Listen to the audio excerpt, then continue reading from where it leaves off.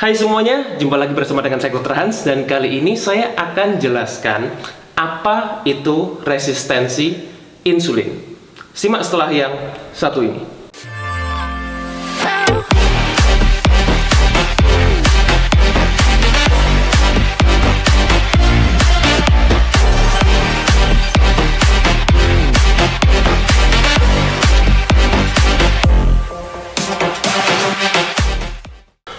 Jadi seringkali saya singgung mengenai apa itu resistensi insulin di webinar saya, sering saya singgung, tapi saya tidak pernah menjelaskan, saya belum pernah menjelaskan secara detail apa sih sebenarnya resistensi insulin itu, karena banyak orang yang masih bingung apa sih dok resistensi insulin, bagaimana bisa terjadi dan bagaimana cara kita menanganinya, kan seperti itu.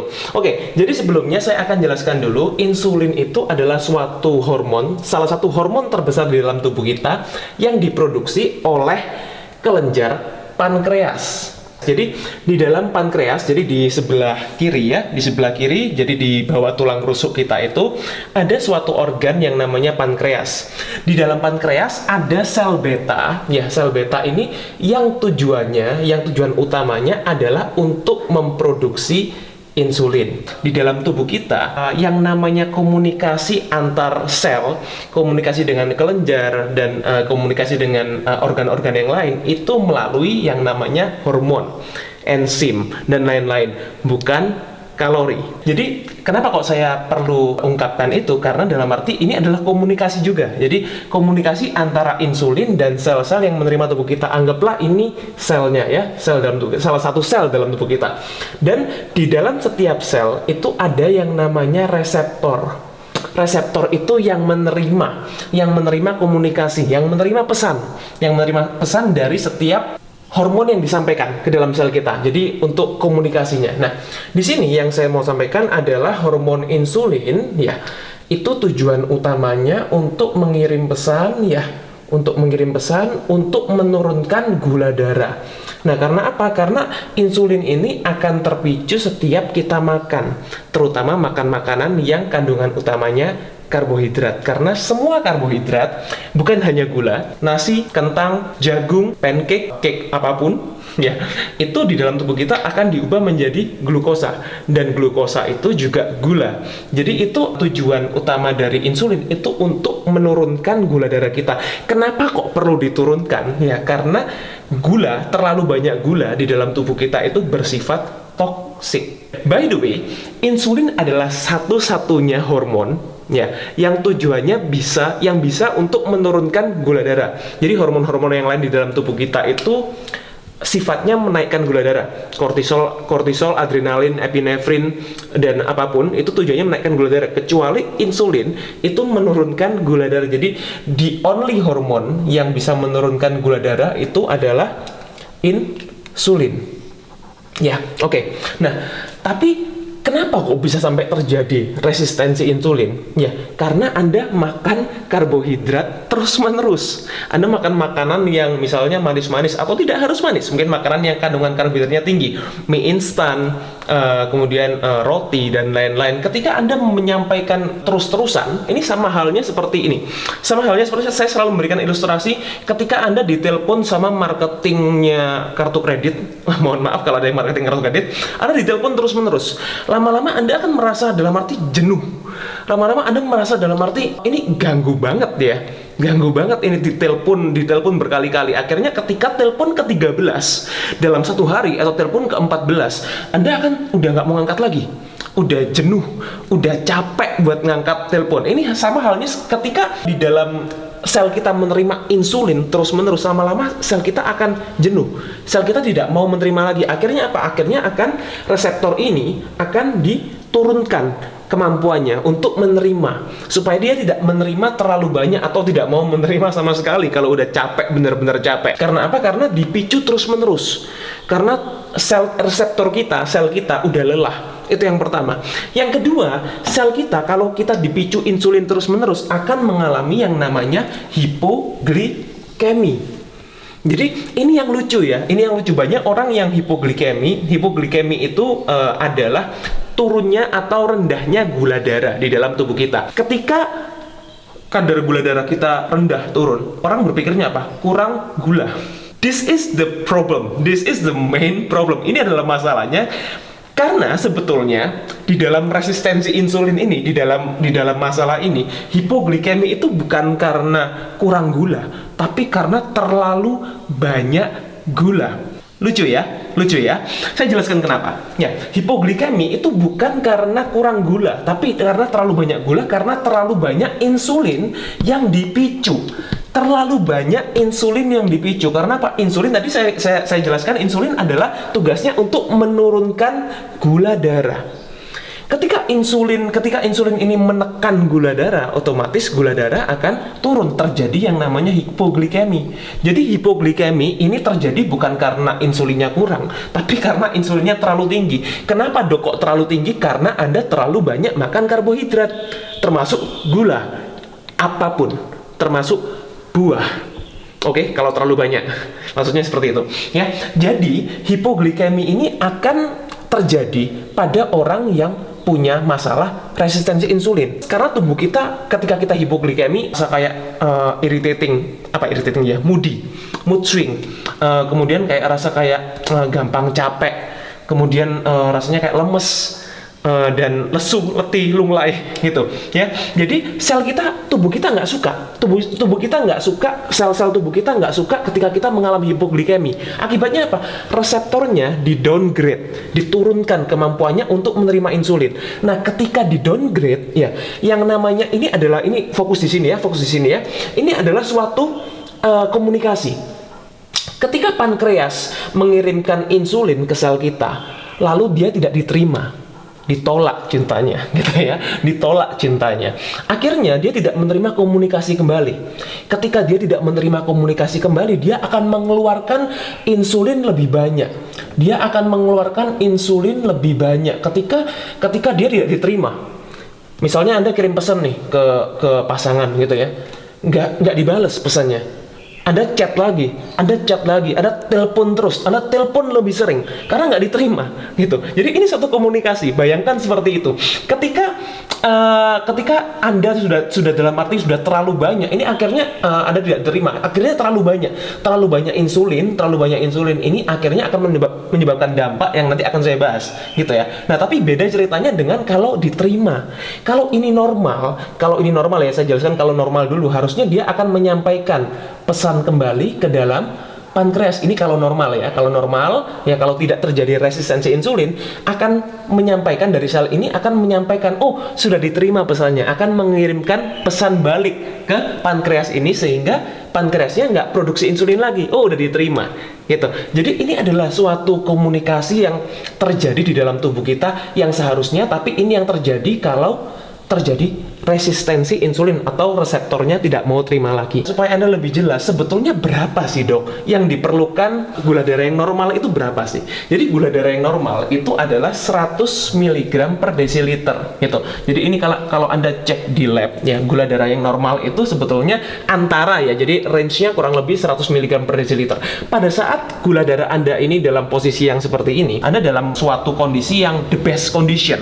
Jadi Anda bisa berperform secara maksimal, bisa berpikir secara optimal, bisa dalam arti mungkin kalau olahraga bisa performnya bisa bagus, itu kalau gula darahnya kurang lebih 100. Kalau terlalu tinggi namanya hiperglikemi, jadi gula darahnya terlalu tinggi. Ini pada orang-orang yang sudah punya masalah diabetes. Kalau sudah diabetes, nah resistensi insulin ini belum tentu sudah diabetes, belum. Jadi ini bisa dalam kondisi pre-diabetes. Masalahnya orang-orang yang dalam posisi kondisi resistensi insulin ini punya masalah hipoglikemi.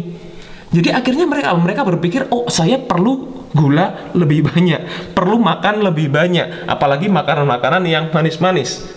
Nah, ini akan menjadi suatu problem yang akhirnya semakin dalam ketika orang tidak paham masalah sebenarnya itu apa. 100 mg per desiliter ini setara dengan berapa dok? Setara dengan 1 sendok teh gula yang dilarutkan ke dalam seluruh darah kita. Gitu. Jadi sekitar 1,5 galon. Di dalam tubuh kita ini darahnya volumenya sekitar 1,5 galon. Ya, jadi untuk mendapatkan konsentrasi 100 mg ini hanya dibutuhkan 1 sendok teh gula. Berarti apa perlu konsumsi 1 sendok teh gula, Dok, per hari? Nggak perlu juga sih. Nggak perlu juga. Karena apa? Karena gula, ya dalam arti di dalam tubuh kita glukosa itu bisa dibentuk dari sumber yang lain, dari protein, dari lemak, yang namanya prosesnya udah saya jelaskan sebelumnya, gluconeogenesis. Itu adalah proses pembentukan gula dari sumber yang lain, tidak harus dari gula. Diabetes itu memang ada beberapa macam tipenya. Tipe yang kedua ini yang paling sering, ya karena apa? Karena terlalu banyak insulin. Kenapa terlalu banyak insulin? Karena terjadi resistensi insulin. Beda dengan diabetes tipe 1 yang terjadinya karena pankreas tidak bisa memproduksi insulin. Ya, itu beda cerita, beda hal. Yang saya bahas di sini adalah lebih ke tipe 2 karena terjadi resistensi insulin. Nah, gejalanya apa aja, Dok? Yang pertama, sering lapar. Udah makan beberapa jam, lapar lagi. Itu gejala yang paling sering. Yang kedua, tidak merasa puas setelah makan. Kayaknya ada yang kurang, kayaknya perlu something, terutama sugar craving. Merasa perlu yang manis-manis. Merasa kayaknya kayak kalau nggak ada manis-manisnya kayak ada sesuatu yang kurang gitu.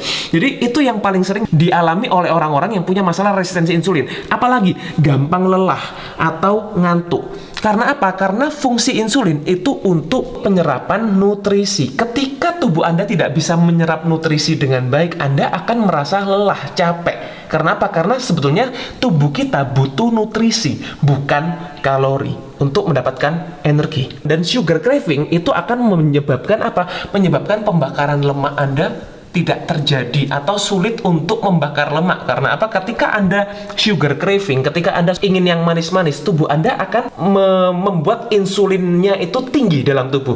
Ketika insulin tinggi dalam tubuh, insulin dipicu terus-menerus dalam kondisi yang terlalu banyak, terlalu tinggi, akan sulit untuk membakar lemak. Gitu. Jadi itu juga salah satu dampak dari insulin yang tinggi. Oke, gejalanya apa lagi? Gejalanya adalah gangguan syaraf, peripheral neuropathy.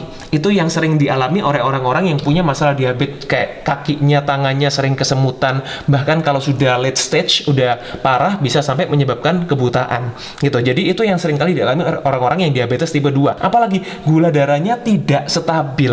Kadang orangnya kalau dicek gula darahnya tinggi sekali, kadang rendah sekali, hipoglikemi. Jadi kadang hiperglikemi, kadang hipoglikemi. Itu orang-orang yang punya masalah resistensi insulin. Karena apa? Karena tubuh kita, pada tubuh orang-orang yang tidak stabil gula darahnya ini, karena mereka mengalami resistensi insulin. Gitu.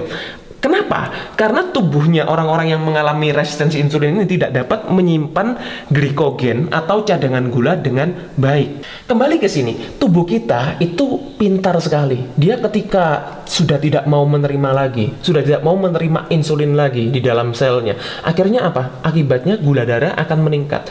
Insulin sudah terlalu banyak dan tidak bisa menurunkan gula darah lagi, karena tidak mau diterima sama selnya. Akibatnya apa? Akhirnya gula darah ini akan menyebabkan penumpukan di darah dan menyebabkan apa? Menyebabkan suatu masalah-masalah yang banyak sekali. Yang pertama adalah gangguan pencernaan. Kenapa kok bisa terjadi gangguan pencernaan? Karena pankreas kita itu selain memproduksi insulin juga memproduksi enzim, ya, di kelenjar eksokrinnya memproduksi enzim.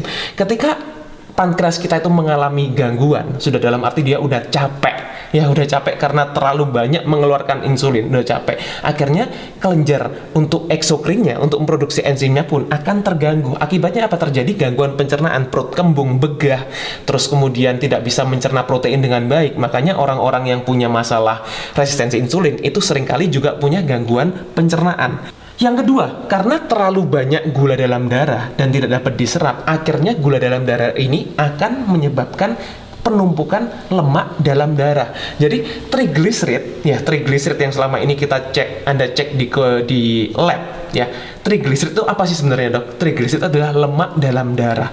Kenapa bisa terbentuk lemak dalam darah? Karena di darah kita sudah terlalu banyak gula darah dan kita tidak bisa menyimpan gula ini di tempat yang benar. Makanya akhirnya gula ini ditransfer di darah, menyebabkan penumpukan lemak dalam darah yang disebut trigliserid. Trigliserid yang terlalu banyak akan menyebabkan juga kolesterol meningkat. Kolesterol itu bukan disebabkan karena makanan yang tinggi kolesterol, tapi disebabkan karena konsumsi gula atau karbohidrat yang berlebihan. Karena apa? Karena efeknya gula yang banyak ini akan meningkatkan kolesterol dalam tubuh. Ini sebenarnya yang terjadi dalam tubuh kita. Resistensi insulin itu bukan sesuatu yang buruk awalnya. Karena apa? Karena ini adalah suatu mekanisme tubuh kita untuk melindungi sel-selnya dari apa? Dari paparan insulin yang terus-menerus. Tapi akan jadi buruk kalau ini sudah menjadi suatu masalah. Kalau menjadi suatu masalah diabetes tipe 2. Tapi masih banyak masalah-masalah kesehatan lain